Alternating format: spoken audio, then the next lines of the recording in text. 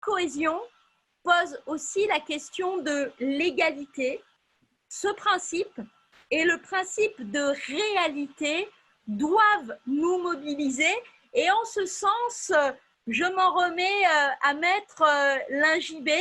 Donc Patrick Lingibé est vice-président de la Conférence des bâtonniers de France, ancien membre du Conseil national des barreaux, bâtonnier de l'Ordre des avocats du barreau de Guyane, avocat spécialiste en droit public. Je suis très heureuse de l'accueillir aujourd'hui dans le cadre de notre cycle de visioconférence. Et par ailleurs, il a aussi accepté la responsabilité de participer au jury donc, du concours qui s'organise de façon conjointe à ce cycle de visioconférence. Et au mois de juin, les étudiants qui se seront inscrits vont choisir 3 thèmes parmi les conférences qui ont été proposées et ils devront présenter oralement une prestation originale en lien avec l'un de ces thèmes.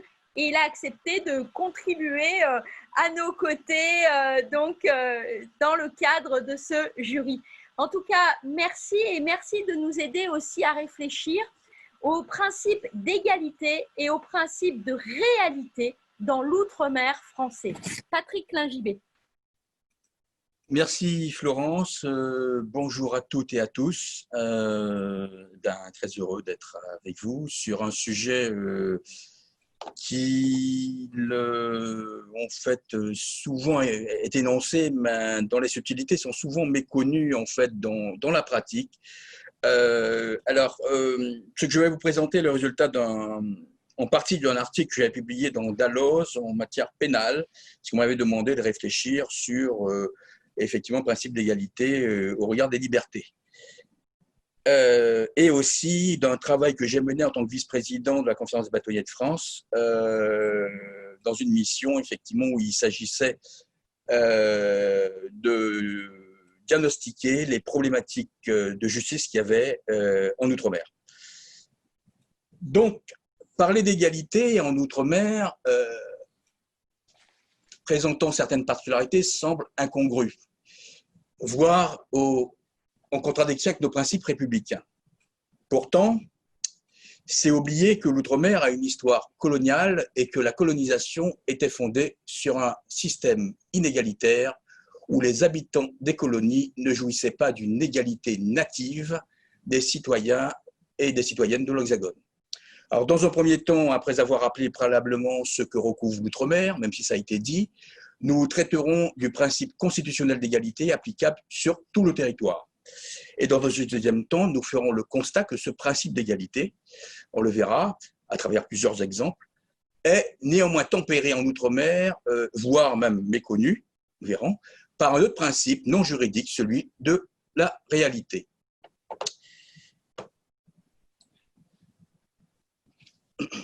Alors, le principe d'égalité en Outre-mer, à la recherche d'une effectivité de son application. Alors, il convient, je disais, préalablement de définir ce que recouvre l'Outre-mer, dont les territoires et les systèmes institutionnels sont très souvent inconnus de l'Hexagone. Alors, l'Outre-mer français, on l'a rappelé, mais en fait, on l'oublie souvent, se décline en 13 territoires présentant des statuts et des bassins de vie totalement différents de la France hexagonale. On distingue essentiellement 2 catégories constitutionnelles de collectivités d'outre-mer, auxquelles se réfère d'ailleurs le Conseil constitutionnel. D'une part, il y a 5 territoires qui constituent les DROM, nous savons, départements et régions d'outre-mer, régis par l'article 73 de la Constitution, où s'applique le principe d'identité, Guadeloupe, Martinique, Guyane, Réunion, et le dernier, donc Mayotte. Alors, selon ce principe, je le rappelle, mais nous le savons, en tout cas sur cette plateforme, les lois et règlements sont applicables de plein droit, ceux-ci pouvant faire l'objet d'une adaptation tenant compte aux caractéristiques et contraintes particulières de ces territoires, comme le prévoit l'alinéa 1er de l'article 73. D'autre part, se trouvent 5 autres territoires régis par l'article 74 de la Constitution, où s'applique le principe dit de la spécialité législative, Saint-Barthélemy, Saint-Martin, Saint-Pierre-et-Miquelon, on en a parlé, les îles Wallis et Futuna et la Polynésie française. Dans ces territoires, c'est une loi organique qui définit le curseur quant à l'application des lois et règlements au sein du territoire. La Nouvelle-Calédonie échappe à cette classification duale et elle n'est pas considérée comme collectivité territoriale, et on a un arrêt du juge du Palais Royal du 13 décembre 2006 en ce sens, et elle fait l'objet d'un titre 13 propre de la Constitution, disposition transitoire. Pour terminer la mosaïque de l'espace ultramarin français, deux autres territoires inoccupés font l'objet d'un régime législatif très particulier, parce que souvent méconnu, les terres australes et antarctiques françaises et l'île de Clipperton, ou encore appelée l'île de la Passion. Le principe d'égalité, corrélé à une citoyenneté formelle, ne sera posé solennellement que dans le premier paragraphe du préambule de la Constitution du 27 octobre 1946, suite au traumatisme de la Seconde Guerre mondiale. Au lendemain de la victoire remportée par les peuples libres sur les régimes qui ont tenté d'asservir et de dégrader la personne humaine, le peuple français réclame à nouveau que tout être humain, sans distinction de race, de religion ni de croyance, possède des droits inaliénables et sacrés. Il réaffirme solennellement les droits et libertés de l'homme et du citoyen consacrés par la Déclaration des droits de 1789 et les principes fondamentaux reconnus par les lois de la République. De manière plus concrète, ce principe d'égalité va être posé de nouveau à l'article 1er de la Constitution du 4 octobre 1958, qui dispose en son premier paragraphe, notamment que la France assure l'égalité devant la loi de tous les citoyens sans distinction d'origine, de race ou de religion. À la suite de la réforme constitutionnelle opérée par la loi du 28 mars 2003, un nouvel article 72-3, et les débats parlementaires effectivement sont fort intéressants sur effectivement l'adjonction de cet article, sera ajouté à notre loi fondamentale, lequel énonce dans son premier paragraphe, et ce n'est pas innocent, la République reconnaît au sein du peuple français les populations d'outre-mer dans un idéal commun de liberté, d'égalité et de fraternité. C'est dire combien le principe d'égalité est un principe qui n'est pas natif au territoire d'outre-mer au regard de leur histoire compliquée, parfois tumultueuse. Il faut rappeler qu'il a été mis fin à l'esclavage dans les colonies situées en outre-mer par le décret du 27 avril 1848. Mais pour autant, la citoyenneté des esclaves libérés et l'accès au corpus juridique, notamment des droits, restera soumis généralement à des interventions des gouverneurs représentant le pouvoir central dans ces colonies. En effet, il faut savoir que les textes métropolitains n'étaient généralement pas directement applicables dans les colonies, sauf transposition locale par les autorités coloniales. L'article 1er de la loi du 28 février 2017 de programmation relative à l'égalité réelle outre-mer et portant autres dispositions en matière sociale et économique dispose dans ses 3 premiers alinéas. Fort intéressant, la République reconnaît aux populations des Outre-mer le droit à l'égalité réelle au sein du peuple français. La République leur reconnaît le droit d'adopter un modèle propre de développement durable pour parvenir à l'égalité dans le respect de l'unité nationale. Cet objectif d'égalité réelle constitue une priorité de la nation. Ce qu'il faut que nous en tirions, c'est que si le législateur parle d'égalité réelle et a formalisé ce concept d'égalité réelle qui n'existait pas auparavant, enfin de manière normée, seulement pour l'outre-mer, cela traduit bien le constat que cette égalité n'a jamais été effective et s'est révélée être un simple concept virtuel qu'une application effective pour les citoyennes et citoyens ultramarins. Sur ce point, on voit que le citoyen, et on va mieux, le justiciable ultramarin, rencontre la même problématique en matière de justice ou d'accès, avec un décalage de traitement avec l'Hexagone et entre les territoires de justice ultramarins eux-mêmes, comme peuvent en témoigner certaines illustrations non exhaustives. L'organisation institutionnelle de l'outre-mer vise à tenir compte des spécificités des territoires ultramarins, qui sont naturellement différents du territoire hexagonal. Le Conseil constitutionnel a ainsi posé, au regard des particularités des DROM, que le principe d'égalité permet au législateur de prévoir des mesures d'adaptation susceptibles de se traduire par un aménagement limité des compétences des régions et des départements d'outre-mer par rapport aux autres régions et départements, sans pour autant méconnaître le principe d'égalité posé par l'article 2, premier alinéa de la Constitution, qui n'interdit pas l'application de règles différentes à des situations non identiques. Conseil constitutionnel du 25 juillet 1984 dans loi relative aux compétences des régions de Guadeloupe, Guyane, de Martinique et de la Réunion, considérant numéro 5. Cependant, cette dérogation ne saurait par principe avoir des effets sur les droits procéduraux et les libertés publiques, sauf à compromettre le pacte républicain et l'idée d'appartenance à la nation française qu'il sous-entend, comme le précise le Conseil constitutionnel. L'article 3 de la Déclaration des droits de l'homme et des citoyens du 26 août 1789 dispose en son article 3 « Le principe de la souveraineté réside essentiellement dans la nation.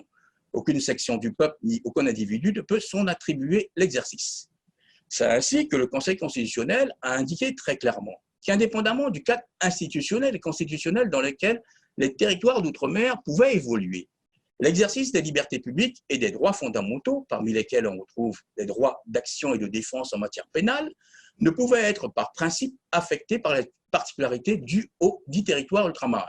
Et je cite, le considérant la prise en compte de l'organisation particulière des territoires d'outre-mer, et a fortiori des départements régions d'outre-mer, ne saurait conduire à ce que les conditions essentielles de mise en œuvre des libertés publiques dépendent de décisions des collectivités territoriales et ainsi puissent ne pas être les mêmes sur l'ensemble du territoire de la République. Conseil constitutionnel, 9 avril 1996, dans loi organique portant statut d'autonomie de la Polynésie française, considérant numéro 25. Dans une décision rendue en 2011, le juge constitutionnel indique également que le principe de libre administration des collectivités territoriales ne saurait conduire à ce que les conditions essentielles de mise en œuvre des libertés publiques et, par suite, l'ensemble des garanties que celles-ci comportent dépendent des décisions des collectivités territoriales et ainsi puissent ne pas être les mêmes sur l'ensemble du territoire de la République. Conseil constitutionnel, 17 janvier 2002, loi relative à la Corse, considérant numéro 12. Cependant, force est de constater toutefois qu'il existe pourtant des règles dérogatoires qui heurtent le principe d'égalité procédurale, pourtant affirmé par le juge constitutionnel. Et ça sera ma deuxième partie, le principe de réalité, des contraintes affectant les règles de procédure et de droit, adhésion de droit. Dans son audition du jeudi 29 novembre 2019, le défenseur des droits, Jacques Toubon, devant la délégation Outre-mer du Sénat, indiquait ceci, et qui rejoint effectivement les travaux que j'ai menés dans le cadre de ma mission de diagnostic et de proposition pour régler les problèmes de problématiques de justice en Outre-mer.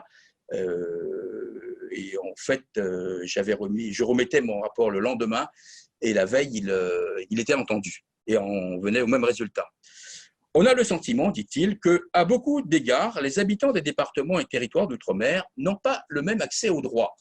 Ils ont un accès aux droits inférieur à ceux qui existent en métropole.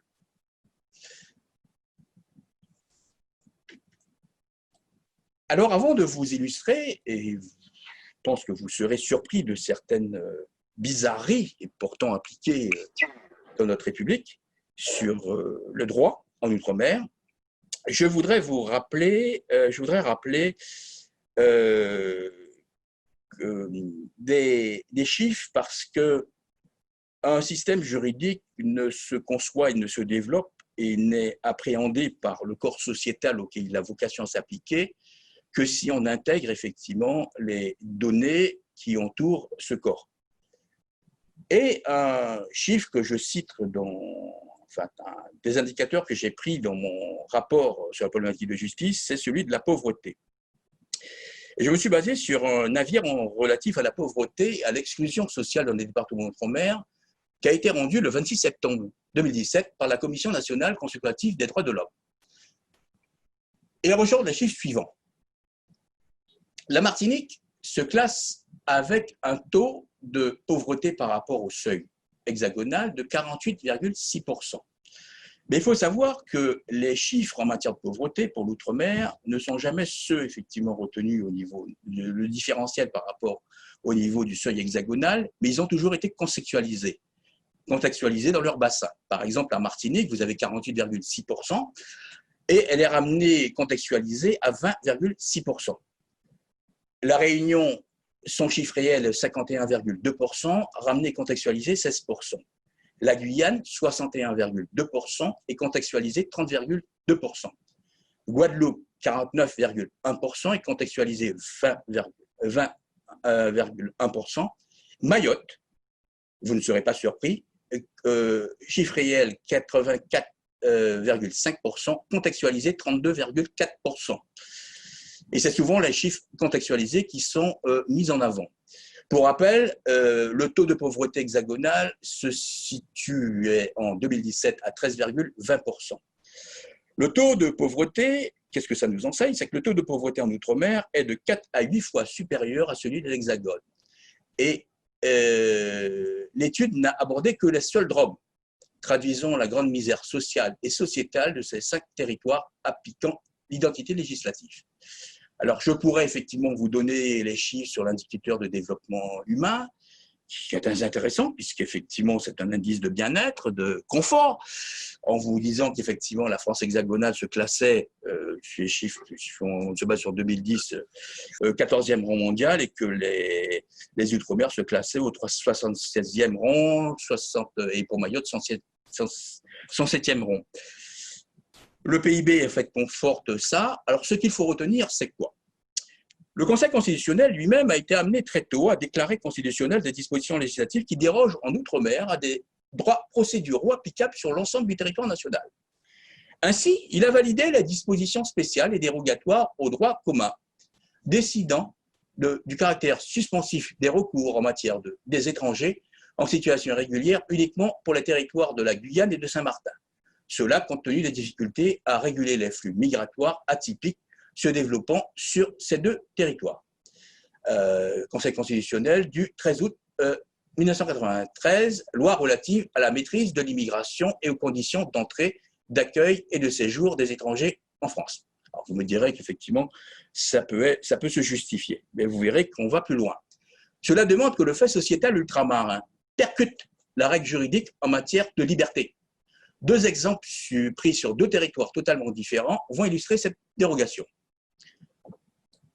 En premier lieu, territoire que nous, Florence et moi, connaissons bien, et Jacques Ziller aussi, la Guyane. Nonobstant son statut d'identité législative, posant le principe de l'application du corpus de la législation et de la réglementation hexagonale, a une disposition tout à fait propre à son territoire. Ça n'existe nulle part dans la République. Il s'agit de l'alinéa 10 de l'article 78-2 du Code de procédure pénale, qui permet un contrôle d'identité de manière permanente et totalement dérogatoire à l'intérieur d'une zone précise du territoire guyanais. Donc, ça veut dire que le contrôle du faciès auquel est attachée la chambre criminelle de la Cour de cassation n'est pas applicable effectivement en Guyane. Alors cet article 88-2 du Code de procédure pénale, alinéa 10, je vais vous le lire. Dans une zone comprise entre les frontières terrestres ou le littoral du département de la Guyane, et une ligne tracée à 20 km en deçà, et sur une ligne tracée à 5 km de part et d'autre, ainsi que sur la route nationale 2, sur le territoire de la commune de Regina, l'identité de toute personne peut être contrôlée selon les modalités prévues au premier alinéa, en vue de vérifier le respect des obligations de détention, de port et de présentation des titres et documents prévus par la loi. Alors, naturellement, les dimensions que vous avez permettent effectivement d'inclure carrément la quasi-totalité du territoire guyanais, en tout cas sur lequel qui est effectivement habité, dans effectivement ce contrôle policier. Il ressort de ce texte qu'il institue un véritable contrôle d'identité à la carte définie uniquement sur un territoire ultramarin, en l'espèce la Guyane. Une solution de ce type ne serait pas concevable sur une partie du territoire hexagonal, et qu'on vient de relever que la Cour de cassation a validé ce contrôle d'identité effectué sur des dispositions spécifiques à la Guyane, lesquelles n'exigeaient pas de preuves préalables par les services de police d'indices et sans présumer notamment la commission d'infraction. C'est un arrêt rendu par la Cour de cassation le 28 février 2018. On trouve également un autre domaine à caractère pénal, une disposition spécifique propre à la Guyane. Il s'agit de l'article L621-8-2 du Code minier, qui autorise les officiers de police judiciaire et les agents de police judiciaire à procéder à la destruction de matériel saisi dans le cadre exclusif d'enquêtes destinées à lutter contre l'orpaillage illégal. Cet article dispose ceci. En Guyane, dans le cadre exclusif du dispositif de lutte contre leur mariage illégal, outre les officiers de police judiciaire, les agents de police judiciaire sont habilités, sous le contrôle des 10 officiers de police judiciaire, à saisir dans le cadre de leur opération tout bien, matériel ou installation ayant servi directement ou indirectement à la commission des infractions mentionnées, je passe les articles, ainsi que tout produit provenant de celle-ci, et à procéder, et ça c'est important, à la destruction de matériel dans les conditions définies par l'article L512-9. Cette disposition, prise en raison des particularités du bassin de vie guyanais, portant atteinte à la présomption d'innocence des personnes poursuivies. La destruction se faisant en dehors de tout jugement, statuant sur la culpabilité des prévenus et sur les biens saisis. C'est sur le plan procédural inédit, c'est que vous détruisez effectivement les moyens de preuve, une procédure, avant qu'il y ait un jugement, indépendamment.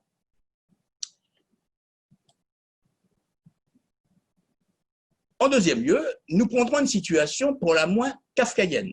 Et là, il ne manquera pas de vous étonner, parce qu'elle est très peu connue.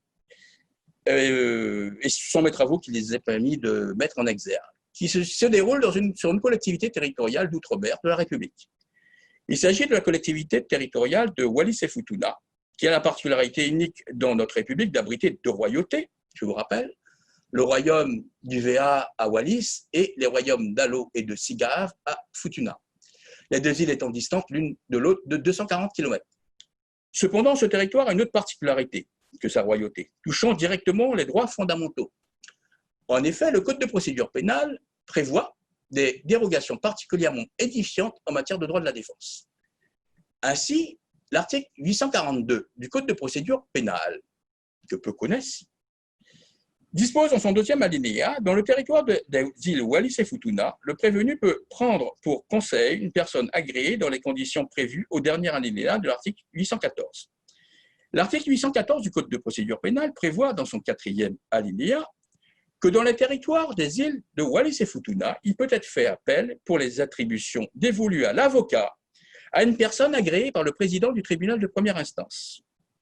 L'article 814, alinéa 4 du Code de procédure pénale, dispose ceci: dans les territoires des îles Wallis et Futuna, il peut être fait appel pour les attributions dévolues à l'avocat par les articles 63-4 et 63-4-3 à une personne agréée par le président du tribunal de première instance.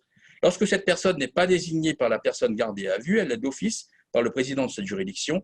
Les dispositions de l'article 63-4-4 et celles du deuxième alinéa du présent article sont applicables à la personne choisie qui en est informée par l'officier de police judiciaire.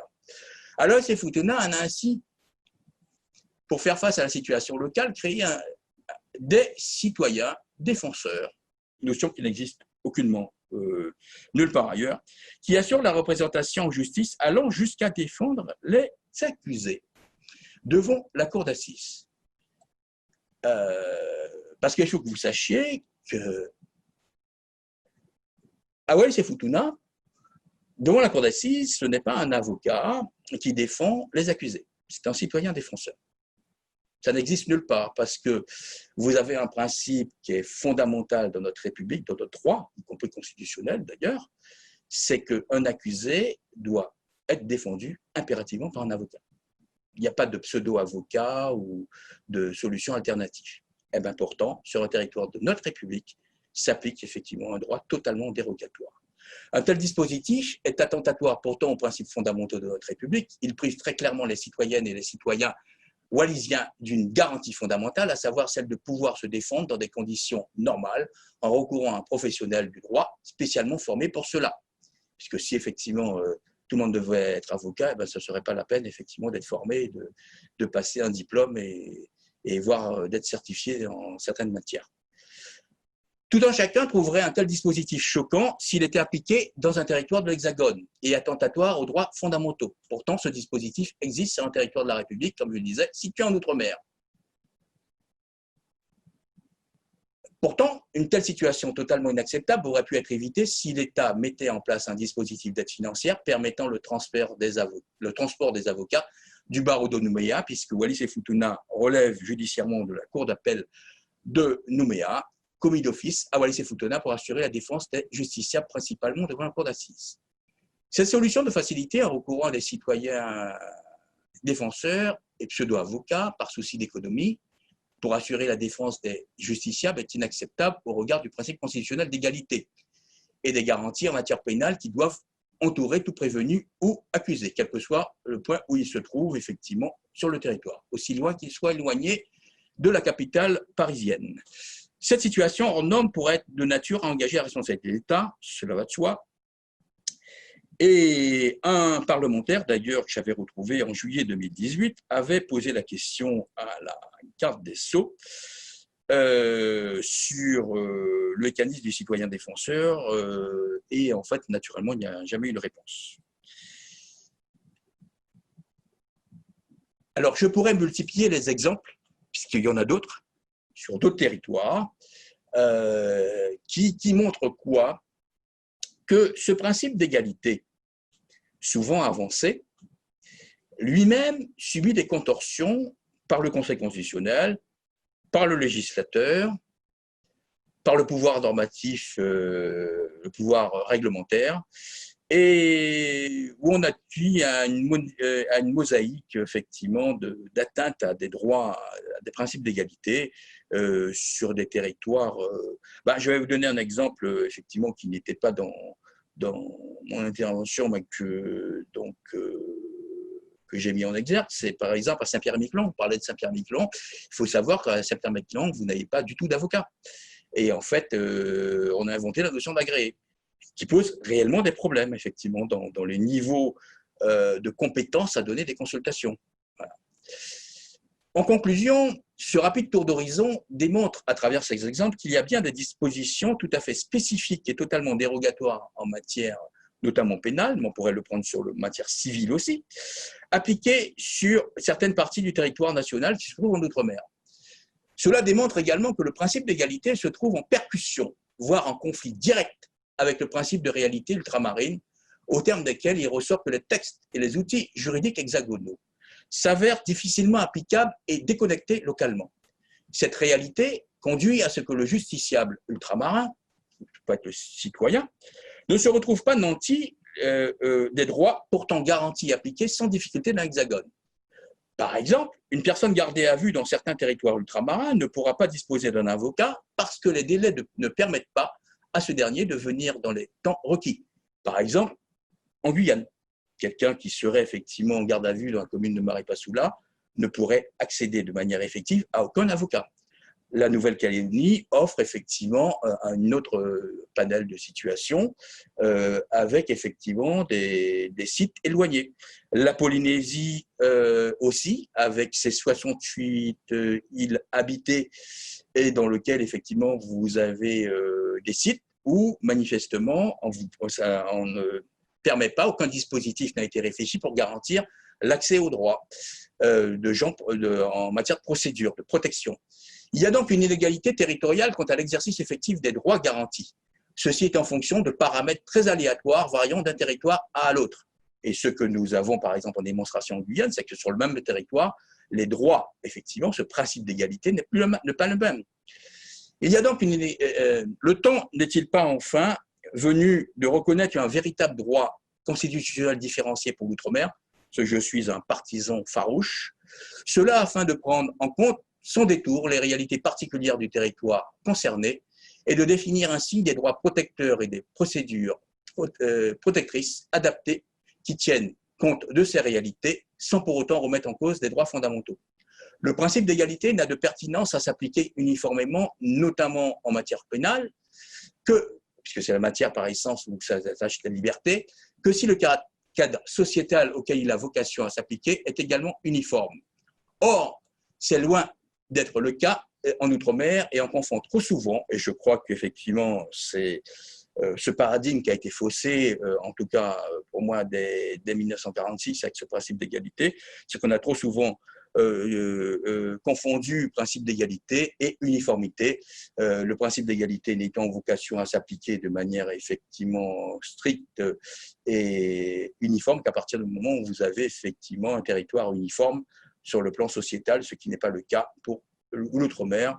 Je pense qu'effectivement, nous sommes c'est mon analyse, hein, c'est que nous sommes face à une hypocrisie qui ne veut pas admettre en fait ce que la réalité prouve, c'est que nous avons des bassins de vie totalement différents et que nous devons les appréhender en fait avec des référents qui soient propres à ces bassins de vie.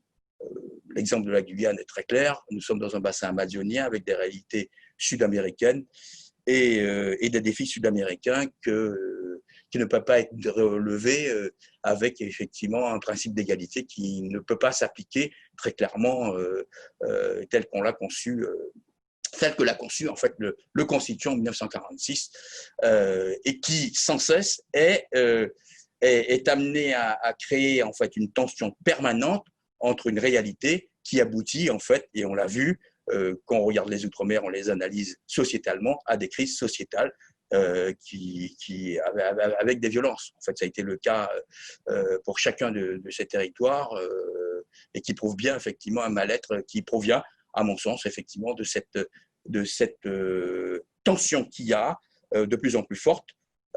Et je pense qu'effectivement, elle va devenir de plus en plus forte dans la mesure où les moyens financiers